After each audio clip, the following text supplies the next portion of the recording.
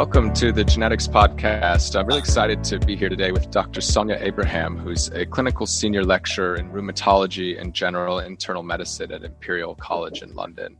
We're going to speak both about her research in rheumatology, which covers psoriatic arthritis, rheumatoid arthritis, ankylosing spondylitis, and a number of other immune-mediated conditions where she works on biomarkers, including the microbiome and how they affect these conditions. We're also going to speak about BAME and representation in medical research. This is Black, Asian, minority ethnic groups. We're going to cover both COVID-19 as well as clinical trials more generally and some of the challenges around representativeness in clinical trials. So with that intro, thanks so much, Sonya, for taking time to be part of the podcast. Oh, my pleasure. Thank you. I was wondering if we could just start with an explanation of what clinical research is. For those who are not familiar, you spend a lot of time running and coordinating clinical trials and clinical research and the science that goes into them. So I wonder if we could just start there.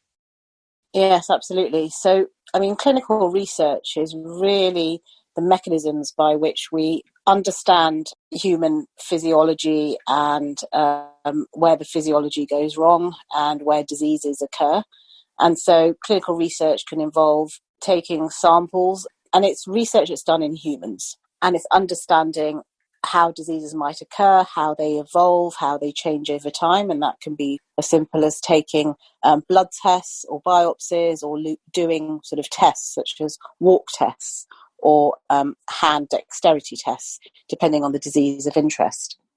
And part of this also relates to the development of new therapeutics. And I think never more than now has clinical research been so important because, sadly, with the advent of COVID-19, what we want are things that prevent the disease, which can be treated with the disease. And now clinical research has just sort of accelerated. So from your point of view, what do the statistics say about BAME representation in clinical research, and what's the problem here? What's the scale of the problem, and what's the result of the lack of representation? Okay, so I would say it's not just about COVID-19. There is a disproportion from the mortality data that was collated via Public Health England and the governments. There is a disproportionate number of people from Black and Asian and other ethnic minorities that seem to be affected either more severely or, sadly, sort of the mortality rate is higher in that group. Now, we don't know exactly why, and there are probably both genetic reasons, alterations in, the background ethnicity, and possibly also environmental factors. And being able to understand that is a work in progress. I think what's important is in clinical research, traditionally, it has not been a requirement to delineate the ethnicity makeup of people involved in clinical trials. And so I think now this has changed the paradigm for the collection of data in trials, and it will be important going forward that this data is collated. And this has sort of lots of social implications because, what is the difference between your heritage, your ethnicity, and how you identify yourself? One's cultural, one's genetic. And I think also with some of the sort of UK consensus data, some of the granularity about the slight difference in variations of ethnicities isn't necessarily captured. So now more than ever is it important that that data is captured. But additionally, and I think going forward, when clinical research questions and hypotheses are formulated and protocols written, there needs to be consideration given to how it applies to the wider population. And ethnicity is part of that. Is there any likelihood that this will be mandated either by the FDA, the EMA, the government, UK government, or otherwise? So fantastic question. Going forward, and it's sad that COVID-19 has precipitated this. But again, yes, I think going forward, the regulatory agencies will probably mandate this. Historically, if a disease primarily affected a certain ethnicity and population, it may well be that they were the ones that are targeted, or you had subpopulations, but it was never mandated how many of each group or how well it was captured. Going forward, I think it will be. And within the UK and the National Institute of Health Research, there are work streams going on to really look at how well that's captured. But even more, it's not just about capturing, it's also the accessibility and availability of these trials to these other groups.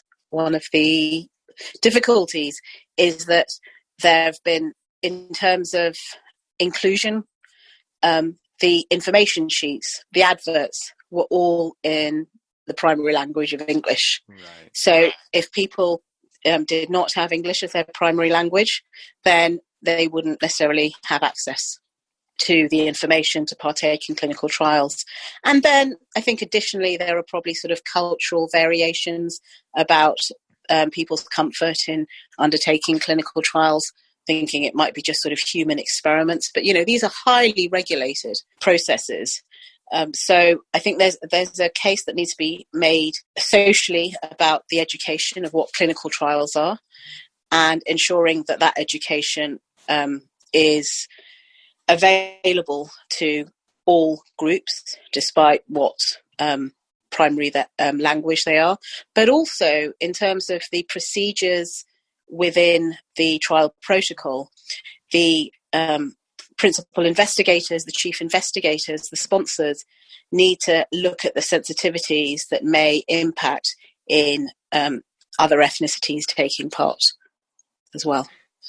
Yeah, absolutely. From your point of view, is the main risk of not doing this right is that ultimately the medicines that make it through a clinical trial may not actually work for everyone, or may not be safe for everyone. That seems to me like a big issue. Are there other issues besides that? Is it that diagnosis also suffers because people might present in different ways? Or what are the impacts of this research not being done in a representative way? Yeah, so all the things that you mentioned. And the fact is that there should be equality of access to healthcare and medicines. And this is a big thing, throughout the world. But actually there should be as equal access to clinical research. And again, it goes to your thing, if they're novel therapeutics that are being trialled, the applicability to the wider population within that country needs to be determined. One of the very early examples of this was when the development for blood pressure antihypertensives, ACE inhibitors, which now are prescribed as standard therapy. But what we know is that the Black ethnic groups, they don't have a polymorphism in their ACE receptor. So inhibitors wouldn't work in them. So there are probably more and more subtleties of other drugs that we use or don't use. There may be some drugs that work better in some groups than others. Do you have any impression of how much there is like that we don't know out there when people look retrospectively at data from clinical trials? Is it clear that there's a huge amount of variation that's simply not being captured, or what's the... Are we going to have to essentially rewrite the book on a number of really common therapies as more representative studies have run, or what do you think? Yeah, so I suppose there's two parts to this. So there are drugs that have been licensed, and some who've been licensed for a few years, some for decades. And so there probably were sort of signals from prescribers and there, but actually to do it in a robust way, there probably is a need to potentially look at real-world evidence of those prescribed and the actual effects. As far as I know, that hasn't really been done in depth, apart from sort of few academics with an interest in that. I mean, within my own specialty, within rheumatology, I don't know of any literature that's actually looked at differences in outcomes dependent on ethnicity. And one of the problems is we don't know, we don't capture the data of that ethnicity when it's prescribed, hence you can't do the long-term follow-up. And new drugs in development, I think it's going to have to be at least thought about and mandated, or a reason why it shouldn't apply, to look at differentials. Why aren't people collecting data about ethnicity? Is there any good explanation as to why it is, or is it people just haven't given it the thought until relatively recently? I think the issue has always probably been there, but the urgency and, the media has a lot to play with that. So I think that's where it's really come to a head, really. I suppose we could also think about sort of whole sort of sociological factors in that 50, 60, 70, 80, 90 years ago, again, there were therapeutics, probably not placebo randomized controlled trials, but the pockets and the groups of ethnicities was relatively more homogenous within a treatment group.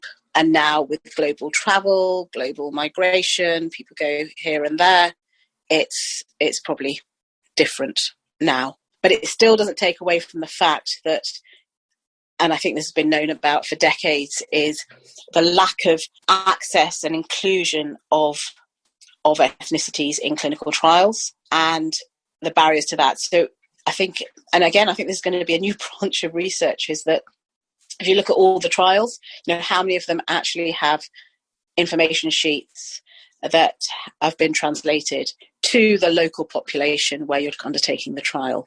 And I think what's also interesting is there are sort of first attempts, particularly in the UK recently, where they've, via the NIHR, which is fantastic, looking at translating a number of trials to the most common ethnic languages. But the limitation is there are some pockets where some of those languages don't apply. So if I look at our region, so I'm a lead within Northwest London, and in that area, there's quite a large proportion of people from the Philippines, large sort of Persian population. So a lot of the trials haven't been as yet translated into those language. And we see, local data that those groups have been impacted. Although at a government level that's not seen because it's collated data at UK, there are local pockets of subpopulations that have been affected. You mentioned the challenges around making people aware of clinical research and education and outreach. How is that done today, and how do you think that needs to change? I mean, the problem you just described makes it seem like we need more bottom up and kind of grassroots way of getting the word out about the research, rather than today what's a relatively top down procedure where the materials are written, somebody signs them off, and then they're kind of just put out there. Could you just explain how it's done today and maybe how you see that it needs to improve in the future? No, that's fantastic. And I think you're spot on. It has been very much a top-down approach. I mean, I'd be interested in, how many PIs from the makeup of the actual ethnicities of principal investigators, because, perhaps that's different. And then those subtleties may not sort of come out during the protocols. So again, I'm in agreement that we need to look more at a local population level as well, and bottom up. And it's not just about the healthcare organisations. They need to probably link in with local groups in the social sector, with local governments, and in our sector, we're also sort of linking now with Health Watch, which are really the sort of patient voices and those lay voices, to really try and deeply understand, how much of an opportunity have they had to link in with trials? Have they heard about trials? Right. What are their barriers of not hearing about it, or why do they not want to take part if they do hear about it? What is Health Watch? I haven't come across Health Watch. Okay, so it's so there are a number of organisations that are sort of set up within the UK that work with local governments to really be the voice of the public with relation to health in their area. So it is part of the sort of social sort of care act, with relation to health. That's excellent. I didn't realize that exists. It's great that it does, because it's hard to do some of these things from a top down. You really need that local representation to make these things work, don't you?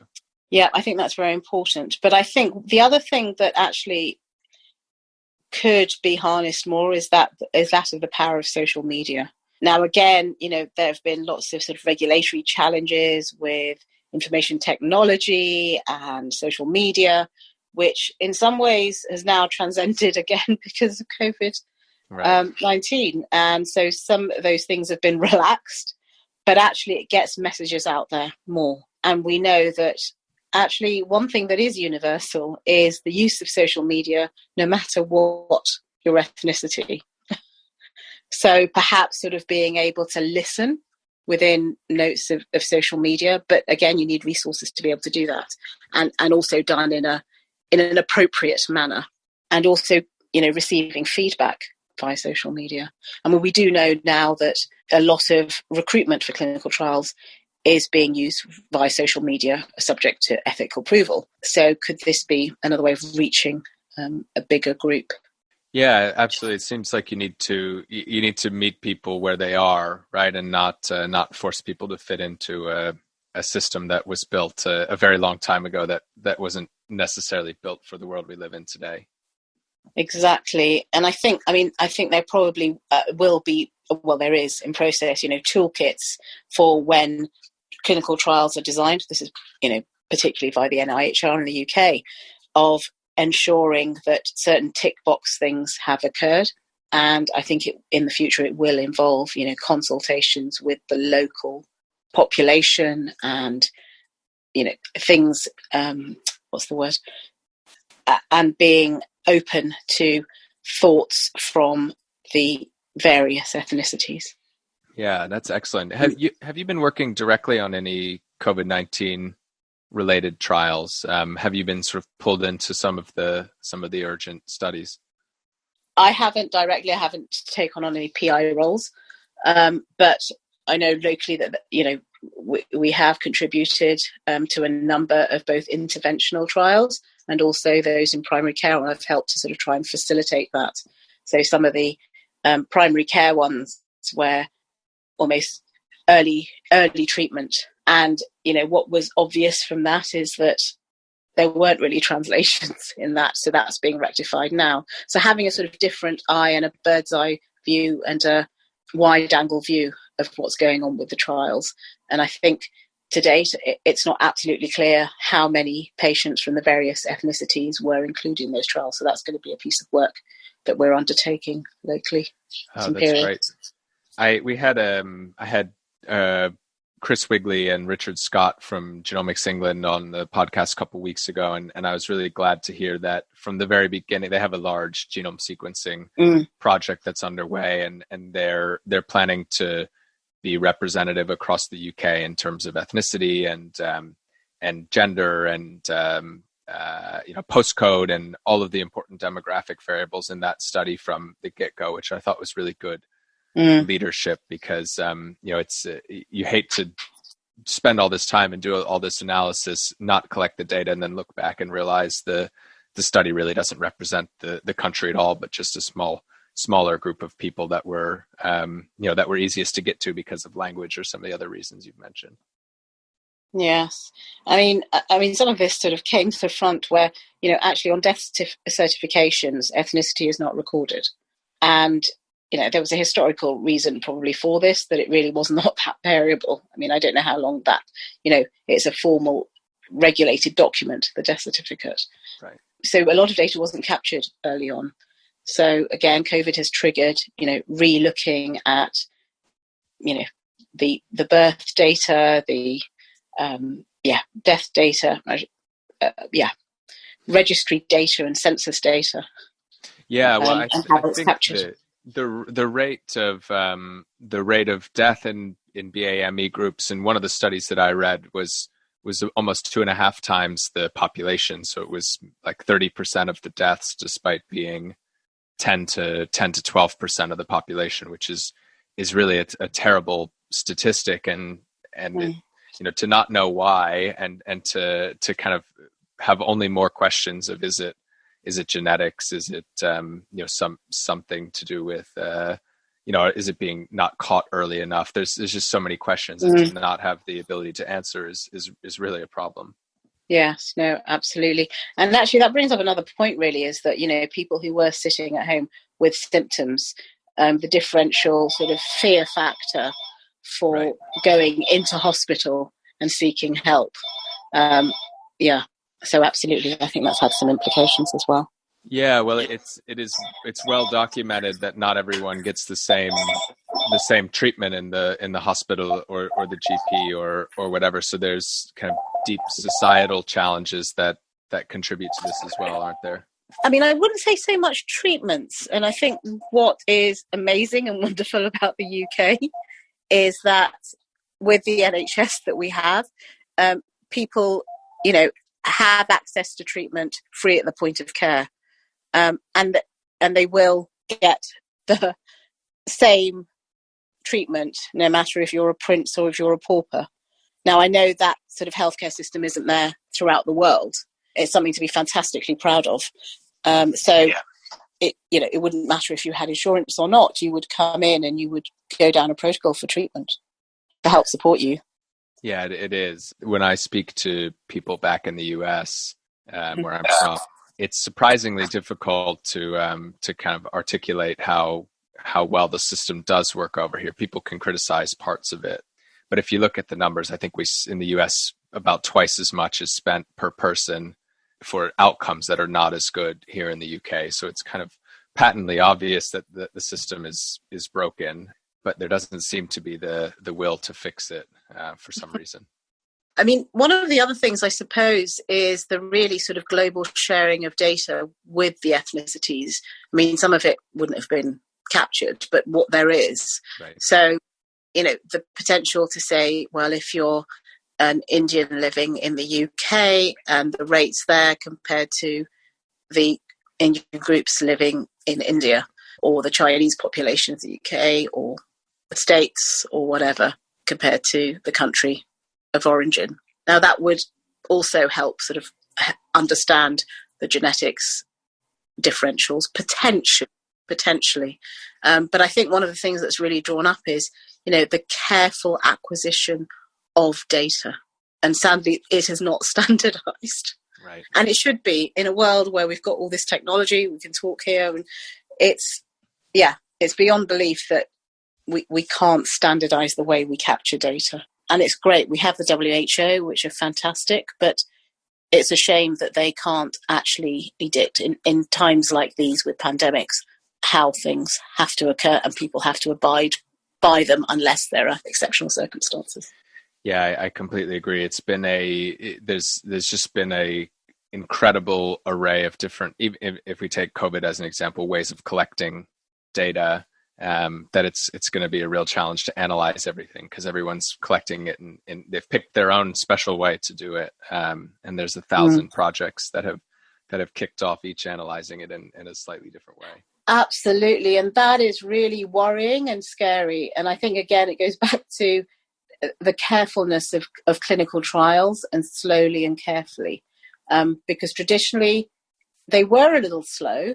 But actually, it was all about being careful so that you could answer the scientific question in a very safe environment. Right. And it would take time. And as you said, now there's been an acceleration of all the trials. And if you have the word COVID-19, accelerates and it goes in. And again, you've said it's the differential ways in data collected, the slight differentials in the protocols of inclusion and exclusion criteria.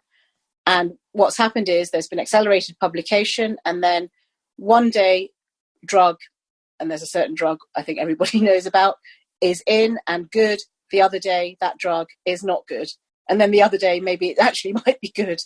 And I think it's not just the regulatory agencies. And I think, some of them have been absolutely fantastic. I mean, in really helping to support the acceleration, but it's scrutinizing on the investigators, how they write their protocols and how they report.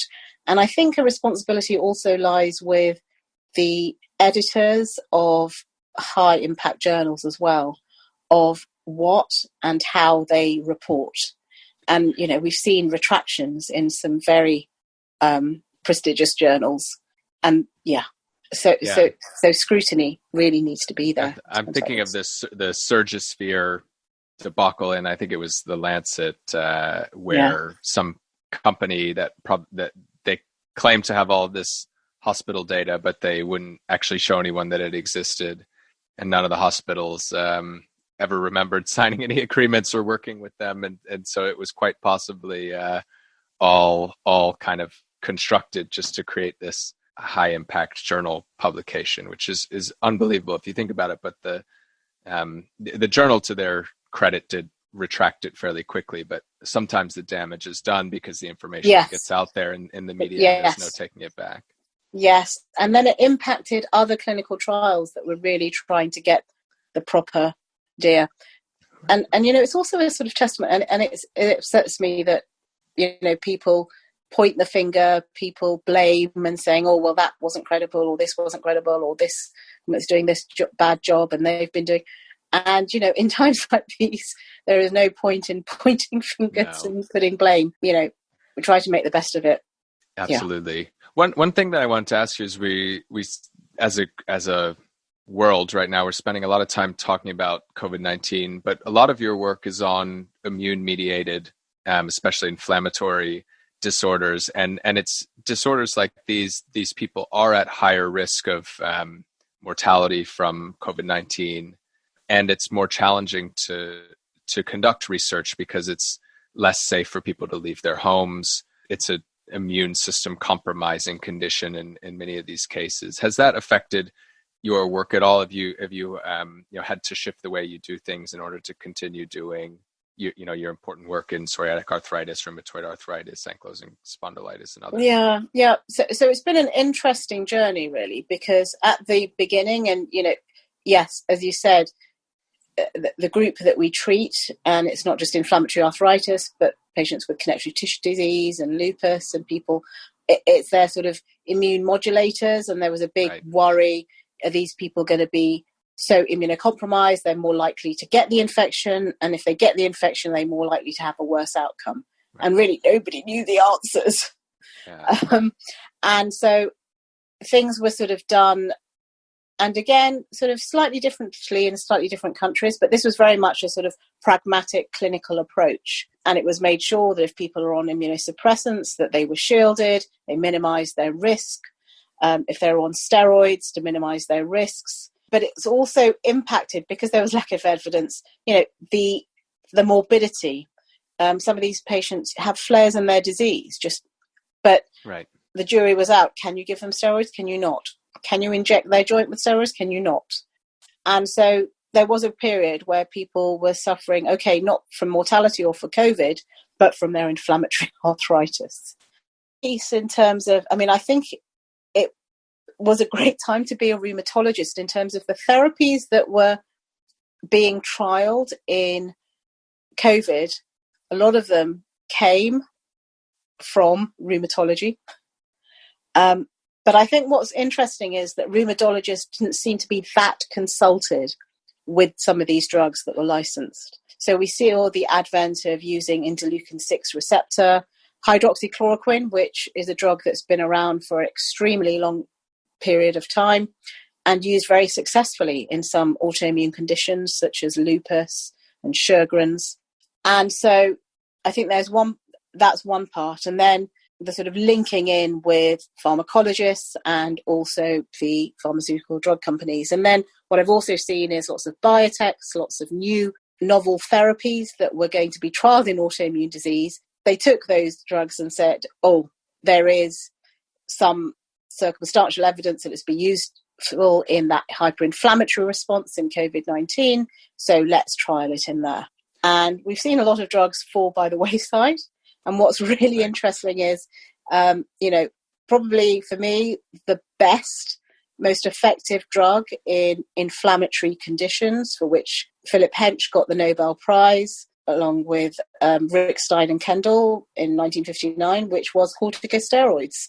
So they showed that dexamethasone is particularly useful in that sort of inflammatory syndrome group. Of course, they have really bad side effects.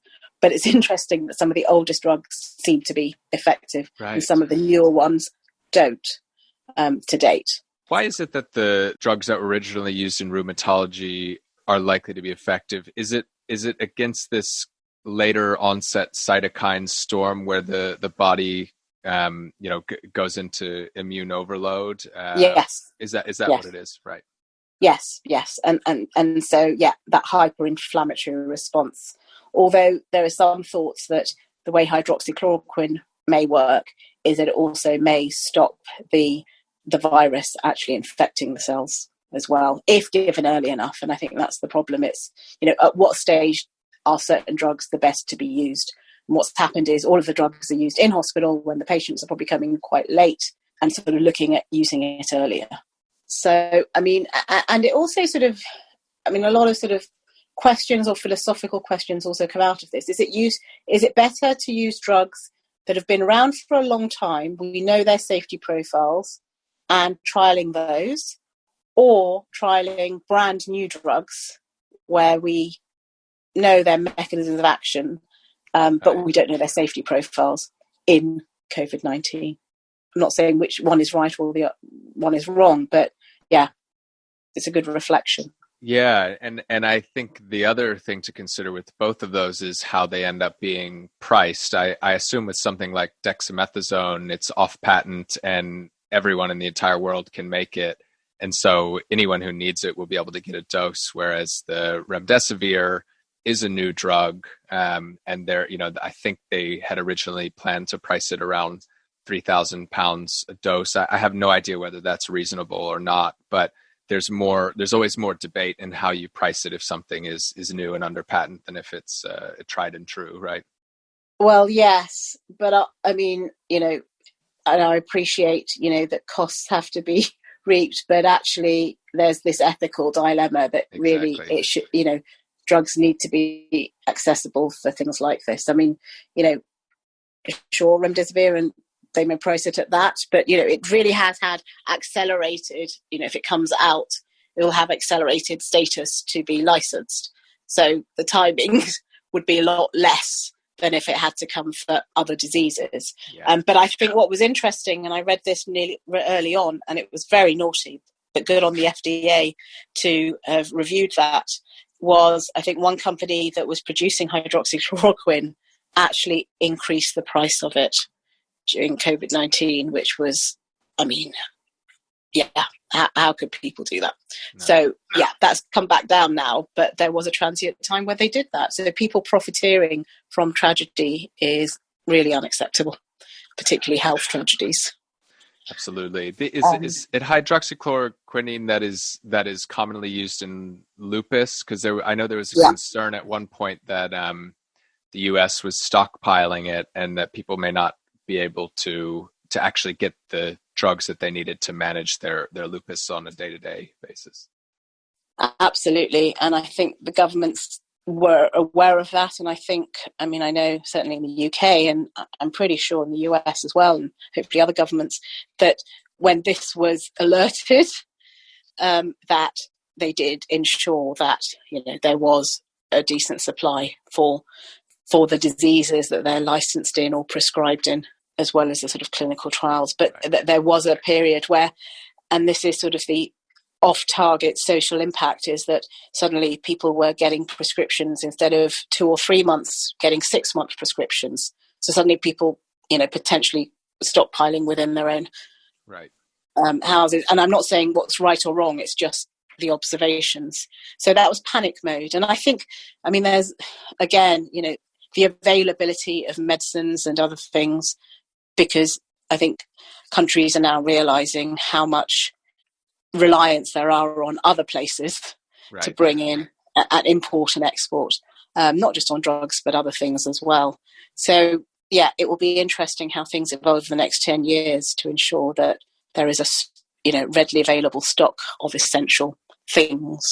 How does it actually work in the inflammatory diseases that you cover? What roughly speaking, what proportion of people are taking one of the older, more tried and true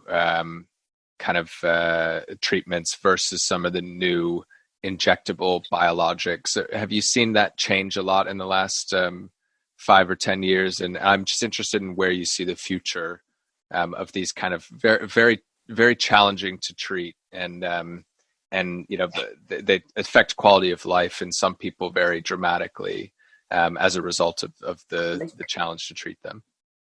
So, I mean, I would say over the last sort of 15, 20 years, the advent of biologics in autoimmune inflammatory diseases has really sort of transformed the whole environment.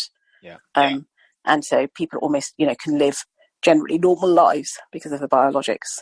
And what's probably changed in the last sort of 4 or 5 years is the advent of biosimilars, because biologics were extremely expensive. They were around sort of in the UK, between 8 to 15,000 a year. I think in the States, it was considerably more, about 20, 40,000. So biosimilars are now come. And so they're offering drugs with the same target for either 50% less or 60, 70% less. And more biosimilars are coming. So it probably will be that patients are going to have more and more access to the drugs because there's possibly less impact on the economy. Right. For people who aren't familiar with the term, and I just want to make sure I get it right as well, the biologics are large, complex molecules in contrast to small molecules that are, were the earlier generation of therapies. A biosimilar is essentially something that is similar, right, to the biologic. It's not exactly the same structure, so it's not, there's no risk of kind of infringing on someone's patent, but essentially the biosimilar molecule does roughly the same thing, and the clinical trials often are just showing non-inferiority, right? So they're not worse than what exists out there. Absolutely.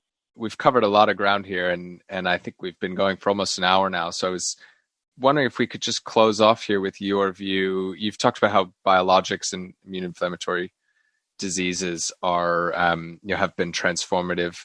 Is there a next wave of therapies?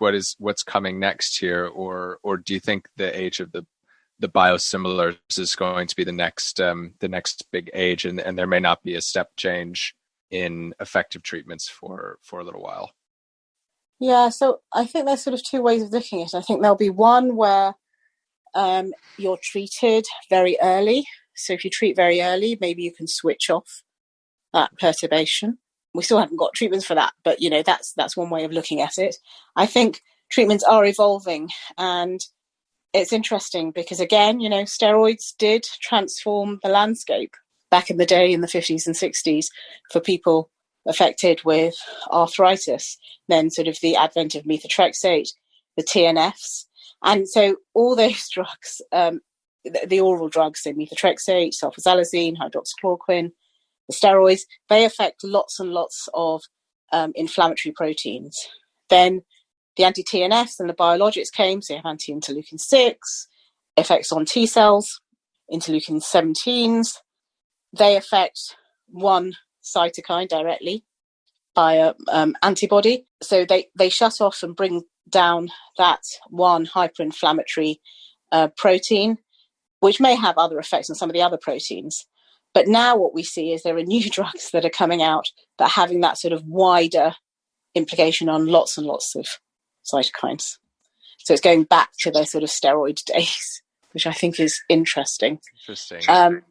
And yeah, I mean, one of the things with inflammatory arthritis is they're not monogenic, because there is a big advent of gene therapies, and we see transformations, say, in haemophilia. But, if we're able to understand more and more about them, are there ways of modulating some of the genes causing the inflammation?